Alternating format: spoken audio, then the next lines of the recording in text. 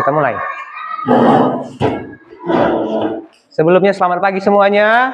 Selamat pagi, Pak. Ayo lebih semangat lagi. Selamat pagi semuanya. Selamat pagi, Pak. Oke, pada pagi hari ini sebelum memulai pembelajaran kita, marilah kita berdoa menurut kepercayaan kita masing-masing. Berdoa dimulai. Berdoa selesai. Oke, pada pagi hari ini kita mengecek daftar hadir dulu ya. Oke. Anju Marpaung hadir. Adel Deborah Purba hadir. Nggak ada. Brigita Ermalau hadir. Indah Simanjunta hadir. Oke. Martua Siahaan hadir. Hadir. Renata Simanjunta. Oke, hadir. Rulia Panjaitan hadir. Oke. Tiara Syanturi hadir. Hadir. Yaskil Nenggolan hadir. Oke. Clara Horona Syahaan hadir. Oke. Ada yang belum dipanggil namanya? Oke. Tristan Simanjunta.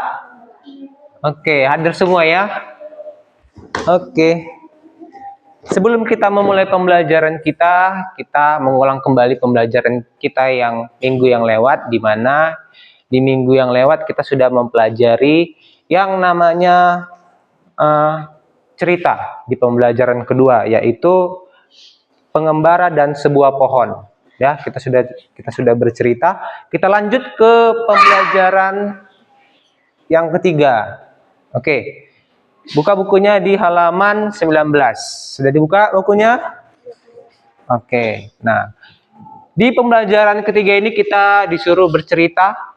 Ya, kalau kita mau bercerita, kita harus mengenal yang namanya intonasi. Apa itu intonasi? Tinggi atau rendahnya nada kita saat membaca. Bisa?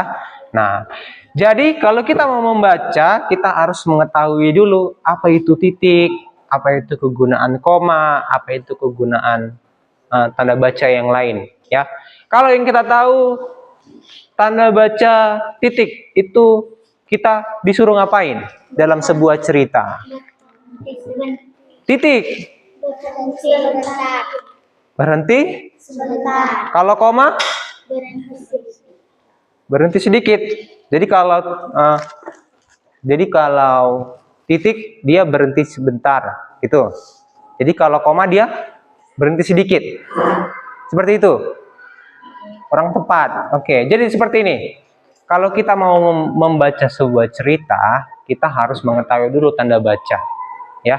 Tanda baca itu ada apa aja? Ada tanda baca titik, tanda baca koma, tanda tanya, tanda seru, tanda apa lagi? Titik dua. Apalagi yang kita tahu tanda baca? Yang ada di buku kalian, yang sering kalian baca. Titik koma, apalagi? Titik-titik. Nah, dengarkan. Jadi setiap kegunaan dari tanda baca tadi itu menentukan kita membacanya seperti apa. Contoh, kalau dalam sebuah cerita ada dibuat di situ dia koma, berarti gimana? Kita harus berhenti sebentar, ya. Sebentarnya gimana? Bisa kita berhentikan aja sebentar. Dah. Tapi kalau dia tanda baca titik, ya, tanda baca titik, berarti kita harus berhenti agak lama. Ya. Kalau dibilang berhenti agak lama, kita masih bisa mengambil napas sebentar. Ya kan? Nah, tanda baca tanda tanya gimana? Tanda tanya gimana? Beda intonasinya, nanti kita praktekkan. Beda juga intonasi tanda seru, begitu juga dengan yang lain. Oke. Buka di halaman 19, di situ ada cerita. Ya. Di samping rumah Dayu banyak tumbuhan tomat. Ya. Ibu Dayu sedang bercocok tanam. Kita dengarkan. Dayu ini sering membantu ibunya merawat pohon tomat. Ya. Saat merawat tanaman tomat, ada koma di situ. Dayu bernyanyi lagu tomat. Ya. Pohon tomat mulai berbuah, buah tomat muda berwarna hijau. Jika sudah memasak, warnanya menjadi merah. Ya, buah tomat banyak manfaatnya. Buah tomat mengandung vitamin C yang sangat berguna bagi tubuh. Oke.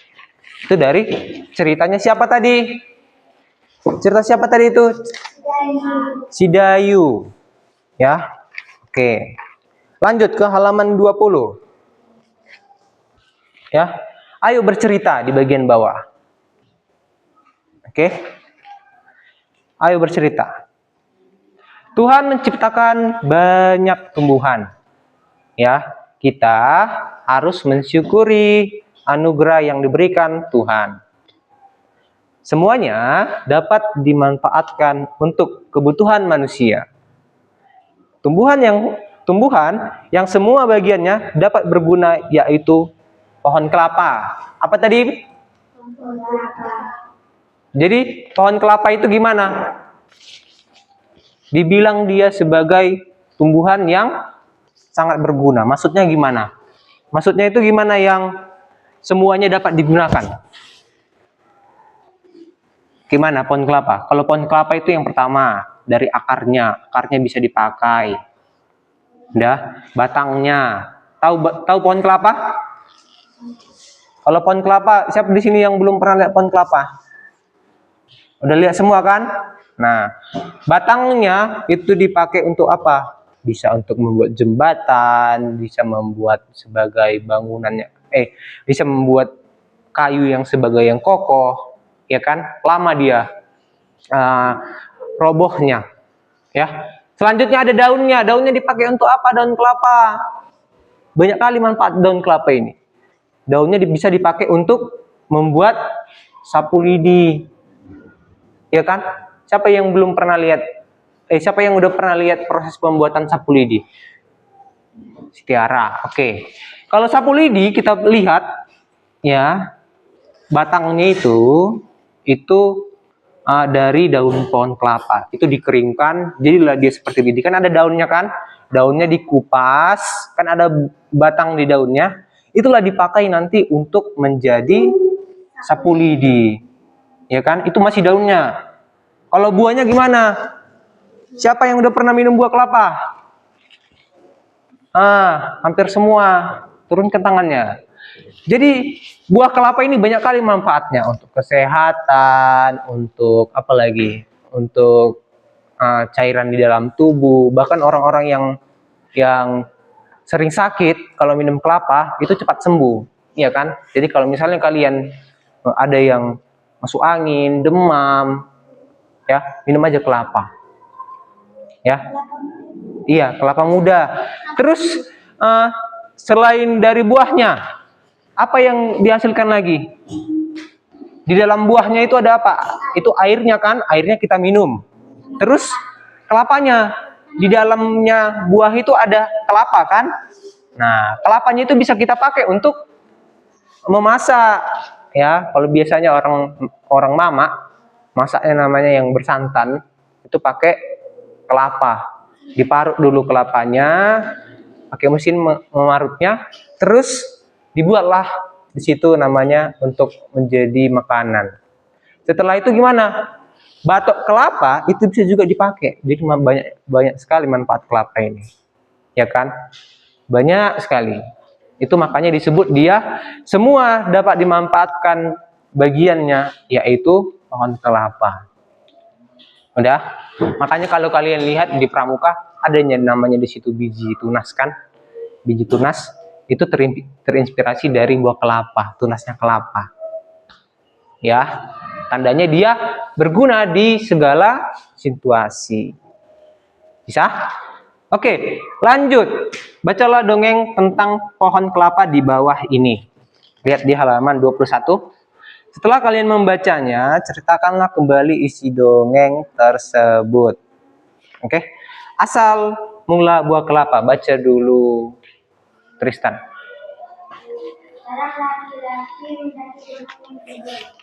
Dia ingin mengunjungi dunia sakti. Penyihir sakti mempersilahkan laki-laki itu masuk ke kamarnya.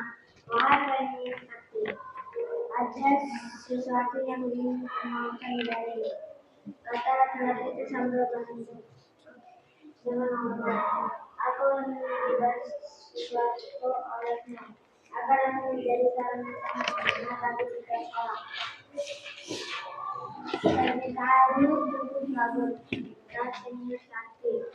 Ia mengeluarkan sebuah kola hijau yang kecil. Dia berkata, kau baru boleh membukanya jika kau sudah tiba di rumah. Laki-laki itu menerima kotak hijau tersebut. Kotak hijau tersebut dengan perasaan gembira. Lanjut, Indah.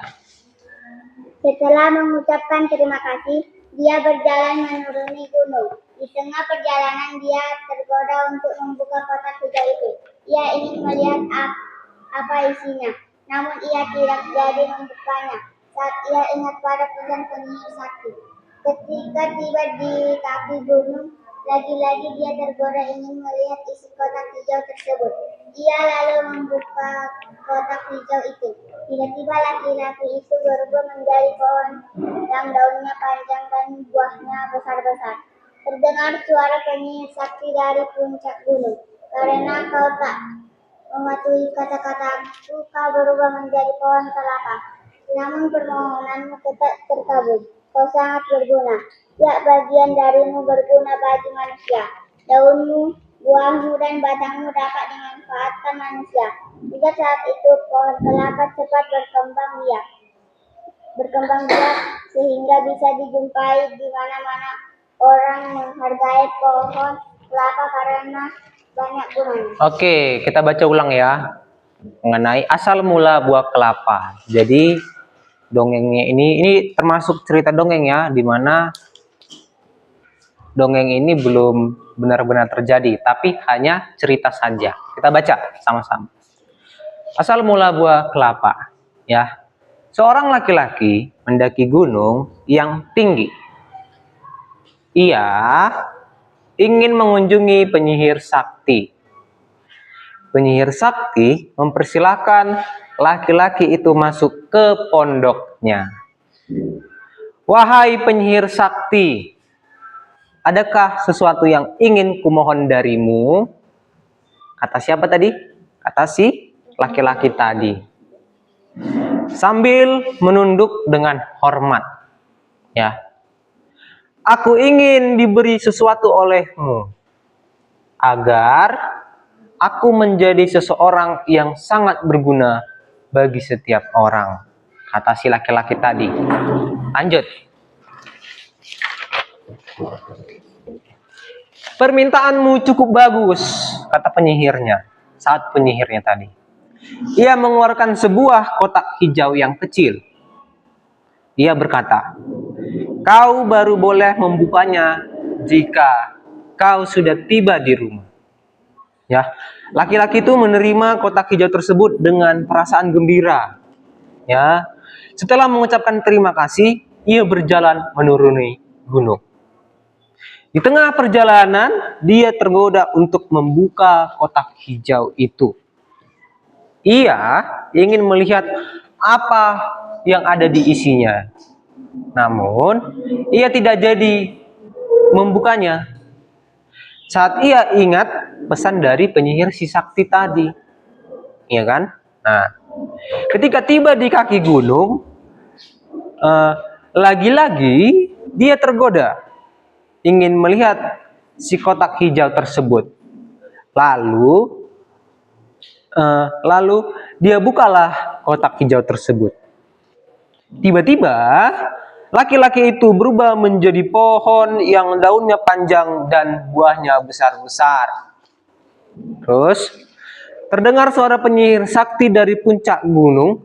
Karena kau tak memenuhi kata-kataku, kata si penyihir, kau berubah menjadi pohon kelapa.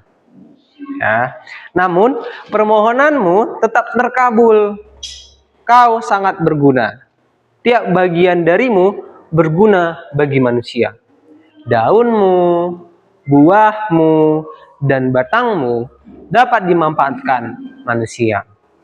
Sejak saat itu, pohon kelapa cepat berkembang biak sehingga bisa dijumpai di mana-mana. Orang menghargai pohon kelapa karena banyak gunanya. Ya. Jadi dari cerita tadi sudah kita baca, ya. Ada seorang anak laki-laki, dia ini pergi ke atas gunung untuk menjumpai penyihir. Sebenarnya dari cerita tadi, betul nggak sih ada orang tiba-tiba dia jadi pohon kelapa? Bisa nggak sih? Nggak bisa kan? Berarti dia termasuk ke dalam cerita dongeng, di mana belum bisa terjadi. Ya, hal yang nggak mungkin. Contoh yang lain gimana kalau cerita dongeng? Ada kancil ketemu buaya, bisa ngomong orang itu, ya kan? Ya kan? Itu termasuk apa? Dongeng. Nggak mungkin terjadi kan? Nah, tiba-tiba gini, si mertua punya sapu ajaib, ya bisa terbang. Kan nggak mungkin kan? Mungkinkah mertua? Nggak mungkin. Mas,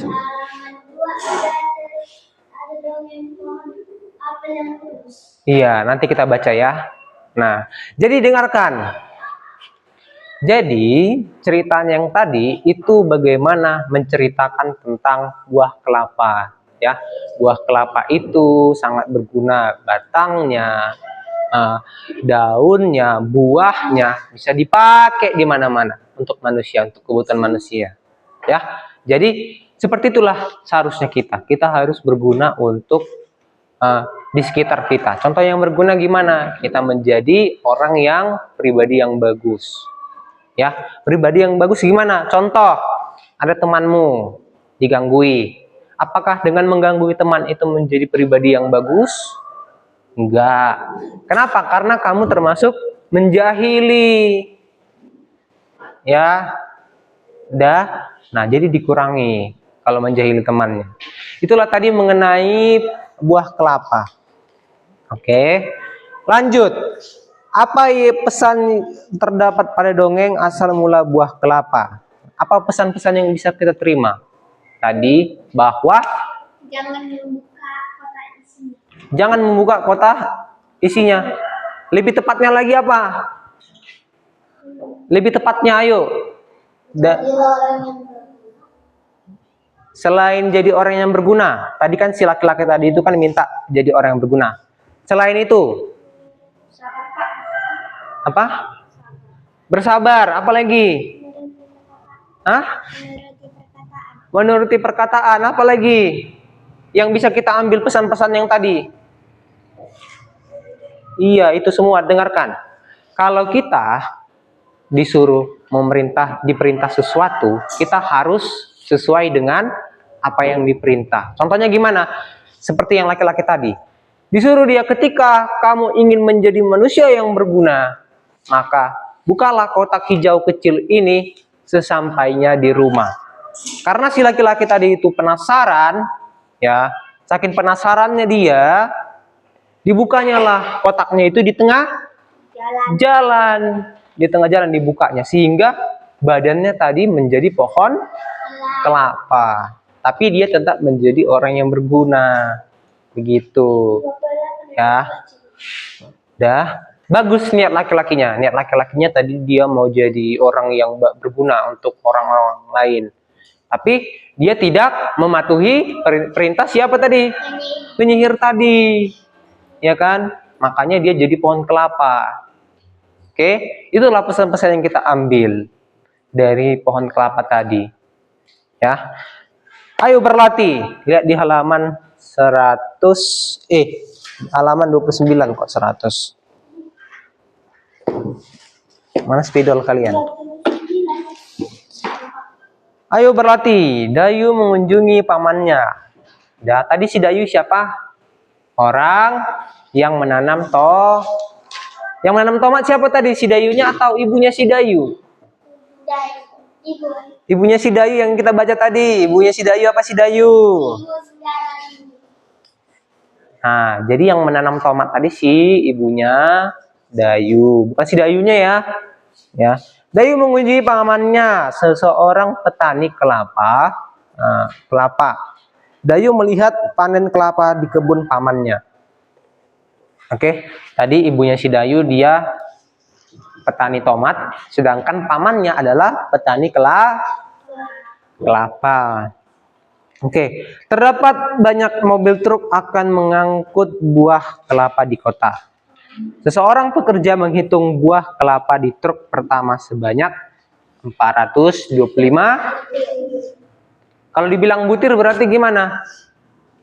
1 biji kalau dibilang. Contoh, kalau ada 3 telur, dibilang apa dia? 3 butir. Tapi kalau ada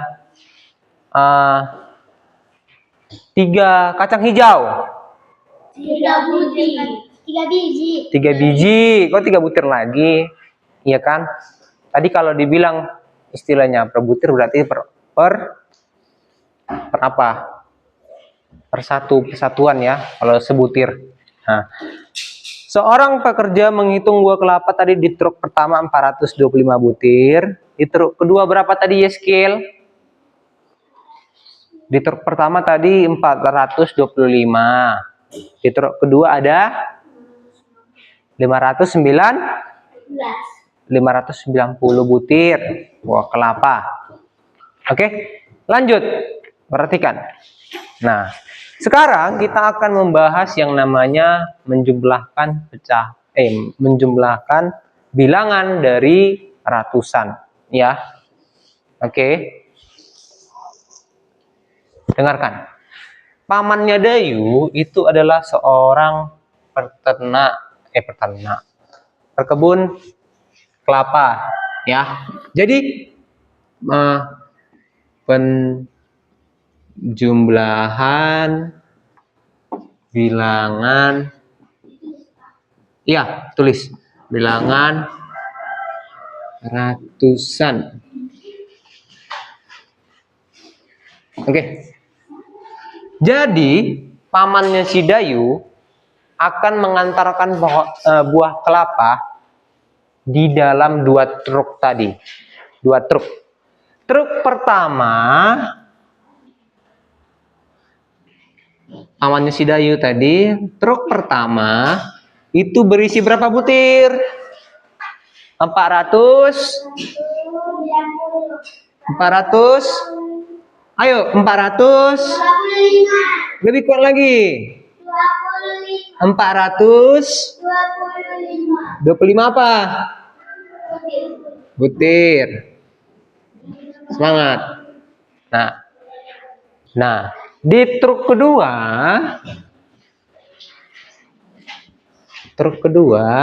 ada berapa butir tadi di truk kedua?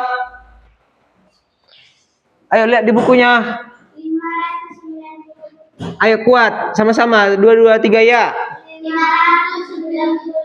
590 butir. Nah, jadi yang ditanya berapa jumlah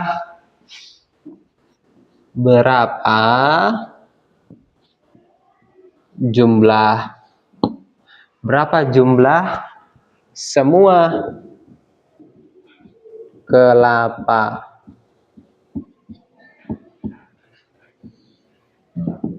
Nah, berapa jumlah semua kelapa? Oke. Nah, tadi di truk pertama pamannya si Dayu itu posisi truknya itu yang truk pertama 425 tambah 590. Nah, oke. Nah, ternyata ya dari truk 1, perhatikan ke depan dulu nanti ditulis. Ternyata dari truk 1 dan truk kedua, kalau semisalnya kita ingin mengganti posisinya, tapi dalam bentuk penjumlahan, apakah bisa? Bisa kita ganti dari kiri ke kanan, kanan ke kiri?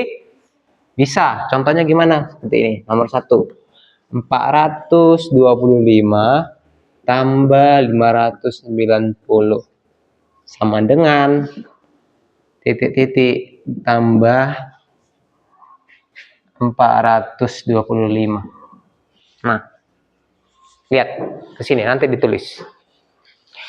425 truk pertama ditambah 590 di truk kedua sama dengan titik-titik tambah 425. Yang titik-titik ini diisi sama apa? 500. Nah, pertanyaannya, apakah sebuah bilangan kalau kita, ini dalam bentuk penjumlahan ya, kalau kita ubah dia, yang depan jadi belakang, yang belakang jadi depan, apakah sama hasilnya kalau di penjumlahan? Sama? Sama? Sama. Lebih kuat lagi. Sama? Sama. Sama. Oke, kita buat. Nah, 535 tambah 400. Perhatikan gini. Jika posisi truk diubah seperti ini tadi, ya. Truk 1 tambah truk 2 diganti sama dengan truk 2 ditambah truk 1, itu hasilnya sama. Ternyata jumlah buah kelapa tetap sama meskipun posisinya kita ubah. Ya kan? Nah, walaupun dia berubah. Oke, kalau kita jumlahkan ini hasilnya berapa? 425 tambah 510. Ayo jumlahkan. 425 tambah 590. 5 tambah 0? 5. 9 sebagai apa? 9 sebagai apa? Puluhan. 4 sebagai apa, Tristan? 4 sebagai apa, Tristan? Ratusan. 5 sebagai apa, Eskil? Ratusan. 0 sebagai apa, Martua? Satuan. Oke, kita tambahkan. Puluhan dengan puluhan, satuan dengan satuan, ratusan dengan ratusan. 2 tambah 9? 11. Gimana kita buat 11-nya?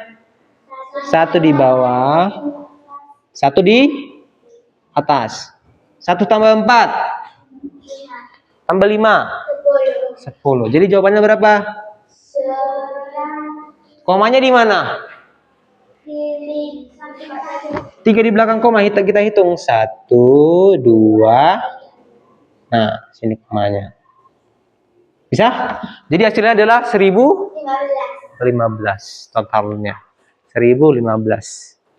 Oke. Nah, sekarang giliranmu mengerjakan soal latihan berikut. Di situ ada 10 latihan. Ya. Ya, itu isinya sama yang kayak ini. 1015, bentar. 1015. Lanjut kita ke ini, 2 soal ya, kita bahas nomor 2. Nomor latihan. Nomor 1, nomor 2. 240 tambah 270 sama dengan titik tambah 240.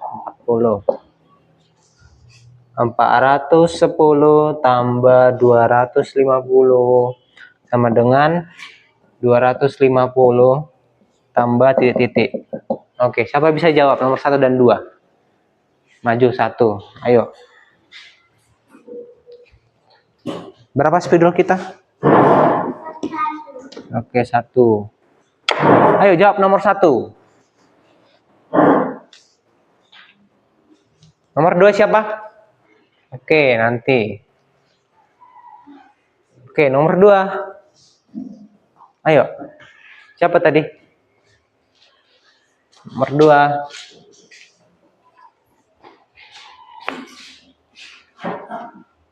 Oke, sini. Jadi, hasil dari yang dikerjakan temanmu ini benar. 240 tambah 270. 270 di depan, tadi yang di belakang, 240 di belakang, jadi di depan tadi jadi ke belakang. Oke, ini benar ya. Ini 410 tambah 250. 410-nya di belakang, 250-nya di depan. Oke, apakah hasilnya sama? Hasilnya sama? Sama, nggak ada berubah. Itu di dalam bentuk penjumlahan. Oke, ini udah paham ya mungkin. Sekarang kita lanjut ke bagian cerita. Tadi soal cerita di halaman berapa? 27. Oke. Bunga melati yang baik hati. Kita masuk ke halaman 27. Bacalah dongeng berikut ini. Diskusikan karakter yang ada dalam dongeng tersebut. Oke, sebelum kita ke 27, lihat halaman 26. Di situ ada cerita Dayu, Edo, Siti, dan Beni. Siapa yang baca? Bentar. Si Rulia. Ayo, baca nomor halaman 26. Bunga melati ukurannya kecil dan mawar putih, baunya harum dan menyegarkan. Bunga melati digunakan dalam tradisi suku-suku di Indonesia. Berbagai suku menggunakan bunga melati dalam pernikahan dan tarian. Bunga melati yang baik hati. Oke, sampai situ. Dayu, Edo, Siti, dan Beni sedang mendiskusikan sebuah dongeng. Jadi ini adalah hasil dongengnya si 4 tadi ya, si Dayu, Edo, Siti, dan Beni. Ya. Bunga melati ukurannya kecil dan berwarna putih, baunya harum dan menyegarkan. Bunga melati digunakan dalam tradisi suku-suku di Indonesia. Berbagai suku penggunaan bunga melati dalam pernikahan dan tarian. Oke, lanjut. Kita ke ini ya, bunga melati yang baik hati. Putri satunya siapa ya? Putri satu sini. Siapa tadi namamu? Siapa? Si Clara, putri satunya. Putri duanya siapa? Bisa nggak laki-laki putri dua? Boleh nggak? Si Martua. Oke, si Martua putri duanya. Tapi benar ya, nanti kita koreksi mana yang benar pengucapannya, mana yang salah. Oke. Sebelumnya kita baca dulu yang bagian awalnya di Taman Bunga Kerajaan. Oke. Ini Bapak Ajeng yang ucapkan. Oke. Dongengnya berjudul Bunga Melati yang Baik Hati. Oke. Di Taman Bunga Kerajaan tumbuh berbagai macam tanaman bunga yang bunganya sangat indah.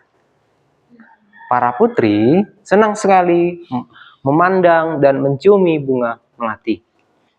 Hal ini menimbulkan kecemburuan dari bunga-bunga yang lain. Kita masuk ke putri yang pertama.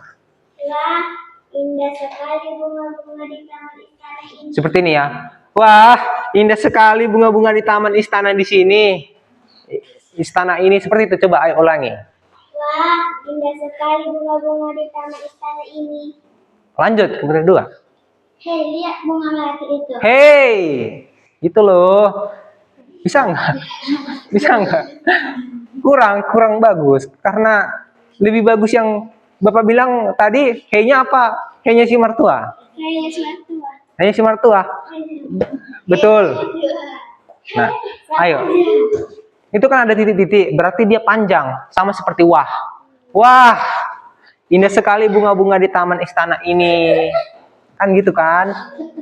Nggak boleh dia datar. Nanti nggak seru dong ceritanya. Ayo ulangi dari putri pertama. Wah, indah sekali bunga-bunga di taman istana ini. Nah, Wah, indah sekali bunga-bunga di taman istana ini. masuk. Hei, lihat bunga melati itu. Warnanya putih, bersih, dan harumnya. Tunggu sebentar. Hey-nya bukan ada tanda seru di situ kan? Hey-nya itu bukan istilahnya ngebentak. Tadi si Marto ngebentak. Hey, gitu dibilangnya. Nggak boleh, karena nggak ada tanda seru. Kalau tanda seru berarti marah. Iya kan? Hey, lihat bunga melati itu. Warnanya putih, bersih, dan harum. Semerbak memenuhi taman ini. Kan kayak gitu kan? Ayo ulangi, Mertua. Harus bisa, namanya kita bercerita. Nggak menarik dong cerita kalau misalnya cuma datar. Ayo. Hey. Tapi jangan disentak ya. Kayak tadi. Ayo, Mertua.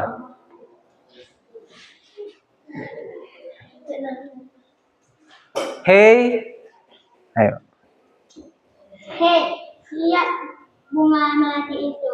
Warnanya putih, bersih, dan harumnya semerbak memenuhi taman ini. Lanjut.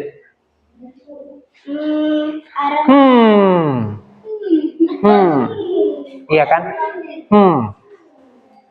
Coba ulangi. Aroma melati harum. Aku sangat menyukainya. Oke, bagus. Nah, bunga sedap malam. Ayo, si Tristan. Aku tak habis pikir mengapa para putri suka sekali dengan dirimu. Oke. Aku tak habis pikir. Aku tak habis pikir. Mengapa para putri suka sekali dengan dirimu? Lanjut sini. Bunga anggrek. Ya, padahal dirimu berbunga kecil, berdaun besar, dan berbatang keras. Iya, padahal ini kan menjawabnya punya si Tristan. Bukan datar ianya. Iya, padahal dirimu berbunga kecil, berdaun besar, dan berbatang keras. Itu namanya intonasi. Intonasi itu nadanya tinggi rendahnya suatu nada. Ya, ketika kita mau ngomong, gimana cara kita untuk memberikan perhatian kepada pendengar. Oke, lanjut bunga mawar biru ini. Walaupun engkau harum, namun mudah lagi jika dijadikan pajangan di vas bunga, karena pasti akan terlihat jelek sekali jika sudah layu dipajang di sana. Walaupun engkau harum, namun mudah layu jika dijadikan pajangan di vas bunga. Karena pasti akan terlihat jelek sekali jika sudah layu dipajang di sana. Oke, lanjut. Bunga melati hanya diam dan tetap tersenyum. Senyumannya yang manis membuat keharuman dirinya semakin merebak. Udara di taman bunga kerajaan bertambah wangi dan bertambah banyak kumbang yang datang. Kedatangan para kumbang yang bertambah banyak membuat semua bunga di taman bunga menjadi senang. Mereka pun sibuk menyapa para kumbang dan mempersilahkan menghisap sari madu yang ada pada setiap bunganya. Para bunga tentunya tidak akan bisa berbunga lagi jika tidak ada kumbang yang datang dan menghisap madu mereka. Bunga sedap malam dan bunga yang lainnya kini telah mengerti kenapa bunga melati sangat wangi sekali. Bunga-bunga yang lain meminta maaf kepada bunga melati atas perasaan cemburu mereka. Kini mereka mengakui bahwa keberadaan bunga melati itu justru harus disyukuri. Oke, bunga sedap malam tadi siapa? Lanjut. Ternyata aroma hari menyebutkan para kumbang datang. Tanpa dirimu, taman ini akan sepi dan kumbang. Maafkan aku Melati. Seperti ini ngomongnya. Ternyata aroma harumu mengundang para kumbang datang. Tanpa dirimu, tanaman ini akan sepi dari kumbang-kumbang. Maafkan aku Melati. Maafkan aku Melati. Seperti itu ya. Lanjut bunga anggrek. Siapa tadi bunga anggrek? Lanjut. Aku juga meminta maaf Melati. Selama ini aku iri padamu. Ternyata keberadaanmu sangat bermanfaat untuk kami. Oke. Aku juga meminta maaf Melati. Selama ini aku iri padamu. Ternyata keberadaanmu sangat bermanfaat untuk kami. Lanjut bunga mawar biru siapa? Selama ini aku juga berburuk sangka padamu. Melati, aku minta maaf ya. Aku sudah Oke, selama ini aku juga berburuk sangka padamu, Melati. Aku minta maaf ya, katanya. Lanjut, bunga melati. Siapa? Rulia, ayo, bunga melati. Aku sudah memaafkan kalian, teman-teman. Sekarang kita bisa berteman tanpa ada prasangka buruk. Oke, bagus ya si Rulia ya, ceritanya. Nah, tadi adalah cerita dari bunga melati dan teman-temannya ya. Ceritanya bunga si melati ini bunga-bunga lain ini cemburu terhadap bunga si melati. Kenapa? Dari banyaknya kenapa banyaknya orang kerajaan itu menciumnya atau menghisap aroma wanginya hanya si melati. Jadi bunga-bunga lain itu merasa cemburu. Mereka cemburu. Ya. Terus begitulah kumbang datang. Ya. Kumbang datang, terkejutlah mereka bahwasannya memang kumbang itu menyukai bunga melati. Ya, dihampiri bunga melatinya. Tanpa si kumbang tadi, mereka itu nggak bakal bisa yang namanya berkembang biak atau menghasilkan bunga yang baru lagi. Maka dari itu perlulah yang namanya bunga si melati tadi. Jadi dari cerita tadi mereka meminta maaf bunga-bunga lain, ya. Ada bunga apa aja tadi? Bunga apa tadi? Bunga sedak malam, bunga apa? Yang ini. Nah, itu semuanya meminta maaf kepada si bunga melati. Oke. Itulah mengenai cerita tadi. Sekarang ayo dikerjakan di halaman 30. Tuliskan 4 tokoh yang ada pada dongeng beserta dengan karakternya. Oke, dikerjakan. Oke. Demikian untuk pembelajaran kita. Itu menjadi tugas rumah. Selanjutnya kita akan membahas mengenai yang namanya cerita tentang pengalaman meminta maaf kepada teman. Itu untuk pertemuan selanjutnya. Oke. Nah, dikerjakanlah tugasnya. Apa yang telah kita pelajari hari ini?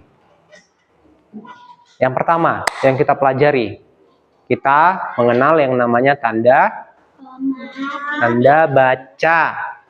Ya, tanda baca ya. Tanda baca itu apa aja? Tanda koma, tanda titik, tanda seru, tanda tanya.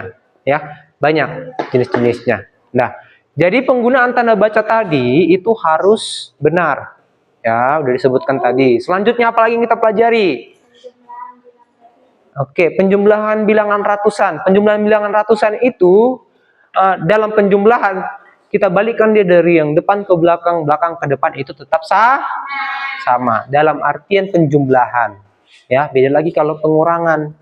Boleh nggak kalau di pengurangan yang kita buat seperti ini? Boleh nggak? Nggak boleh karena hasilnya sudah berbeda kalau pengurangan. Tapi kalau penjumlahan dia bisa. Oke. Apalagi yang kita pelajari hari ini? Kita belajar mengenai intonasi. Udah, intonasi dalam sebuah cerita. Kita sudah membaca hampir 2 cerita. Yang tadi yang pertama ada pohon kelapa. Yang kedua ada bunga melati yang baik hati. Oke, kita tutup pembelajaran kita pada pagi hari ini. Udah, kita berdoa menurut kepercayaan kita masing-masing. Berdoa dimulai. Berdoa selesai. Oke, demikian pembelajaran kita hari ini. Kita lanjut di pertemuan selanjutnya. Oke, silakan keluar. Istirahat. Istirahat dulu, istirahat.